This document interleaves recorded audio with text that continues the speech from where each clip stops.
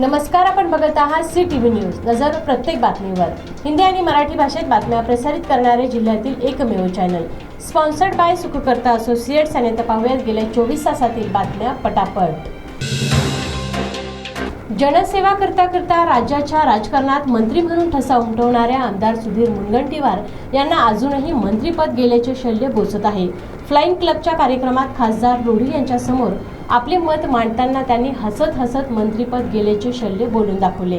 त्याचवेळी मात्र पंतप्रधान नरेंद्र मोदी यांची खुर्ची मात्र माझ्या मतदारसंघातल्या लाकडांपासून बनवल्या गेल्याचेही गौरवास्पद उद्गार त्यांनी काढले. चंद्रपूर जिल्ह्यात पोलीस दलातील 4 निरीक्षकांच्या बदल्या करून पोलीस अधीक्षक मोमक्का सुदर्शन यांनी खांदेपालट केला आहे. स्थानिक गुन्हे शाखेचे पोलीस निरीक्षक महेश कोंडावार यांच्या जागी भद्रावतीचे पोलीस निरीक्षक अमोल काचोरे यांची वर्णी लागली आहे. तर दुर्गापूर पोलीस ठाण्याच्या पोलीस निरीक्षक लता वाढिवे यांच्या जागी प्रभारी पोलीस उपअधीक्षक म्हणून काम पाहणारे निशिकांत रामटेके यांची दुर्गापूर पोलीस निरीक्षक म्हणून नियुक्ती करण्यात आली आहे. रेती तस्करीचा व्यवसाय करणारेही तस्करी केल्याशिवाय राहू शकत नाही. शहरात आणि जिल्ह्यात शासकीय कामांकरिता लागणारी रेती हे अवैध रेती तस्करच पुरवित असतात. मात्र सर्वसामान्यांच्या घराच्या बांधकामांकरिता रेती कुठून आणायची असा प्रश्न सर्वसामान्यांना पडला आहे. 21 फेब्रुवारीला इराई नदीच्या काठातून रेतीचे तस्करी करताना 4 आपटे वाहन पोलिसांनी ताब्यात घेतले. यामध्ये अंदाजे 3.5 लाखांचा मुद्देमाल जप्त करण्यात आला. रेती घाटाची लिलाव न झाल्यामुळे अवैध रेती तस्करांचे पावते आणि त्याचाच फायदा घेऊन अवैध रेती तस्कर करोडोने पैसा कमवित आहेत. आणि सर्वात महत्त्वाचे म्हणजे यामागे राजकीय वरदहस्त हा त्यांना लाभलेला आहे. सत्तेचा मोह हा भल्या भल्यांना सुटत नाही आणि आता तर असा ट्रेंड सुरू झाला आहे, जिधर दम उधर हम या उक्तीप्रमाणे अनेक राजकीय पक्षातील नेते आणि कार्यकर्ते कोलांट्या उड्या मारत असतात. चंद्रपूर जिल्ह्यातील आम आदमी पार्टीतील 2 मोठे कार्यकर्ते सूरज शहा आणि सुमित हस्तक यांनी शिवसेना शिंदे गटात प्रवेश करून आम आदमी पार्टीला एक प्रकारे धक्काच दिला आहे.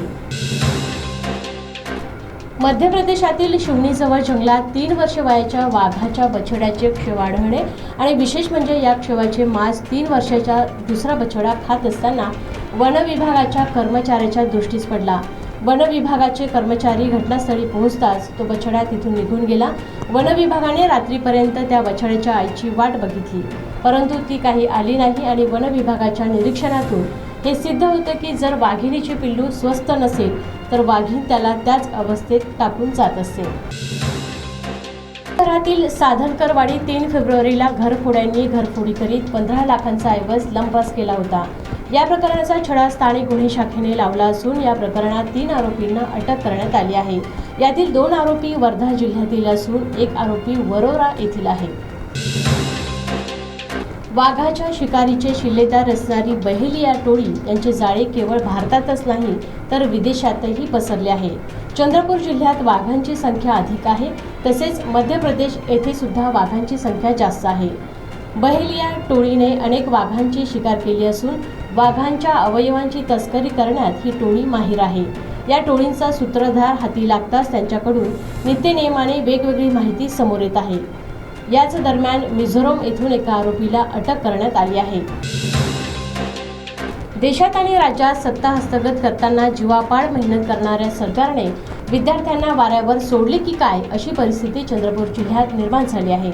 शालेय पोषण आहारात विद्यार्थ्यांकरिता येणारे तांदूळ मागील 2 महिन्यांपासून विद्यार्थ्यांना मिळत नसल्याची धक्कादायक बातमी समोर आली आहे. इयत्ता 1ली ते 8वी पर्यंत शालेय पोषण आहार देणे क्रमप्राप्त असताना कोरपणा तालुक्यात मात्र 70 शाळांमध्ये शालेय पोषण आहारांचा बोजवारा वाचला आहे. राज्यातून नक्षलवाद हद्दपार करण्याची घोषणा केल्यापासून राज्य सरकारने गडचिरोली जिल्ह्यात विशेष अभियान राबवले आहे. त्यानंतर तालुक्यातील गावांना पोलिसांनी अभय देत त्यांना सर्वोतपरी मदत करण्याचे आश्वासन दिले आहे. आणि याचा परिणाम म्हणून भामरागड तालुक्यातील पोवारकोठे आणि मरकनारच्या गावकऱ्यांनी नक्षल यांना गावबंदी केली आहे. गेल्या 3 महिन्यात 20 गावांनी नक्षल यांना गावबंदी केली आहे. तर ह्या होत्या आजच्या पटापट बातम्या. लवकरच भेटूया पुन्हा काही नव्या बातम्यांसह. तोपर्यंत अशाच बातम्यांची अपडेट पाहण्यासाठी बघत रहा CTV न्यूज. नजर प्रत्येक बातमीवर. नमस्कार.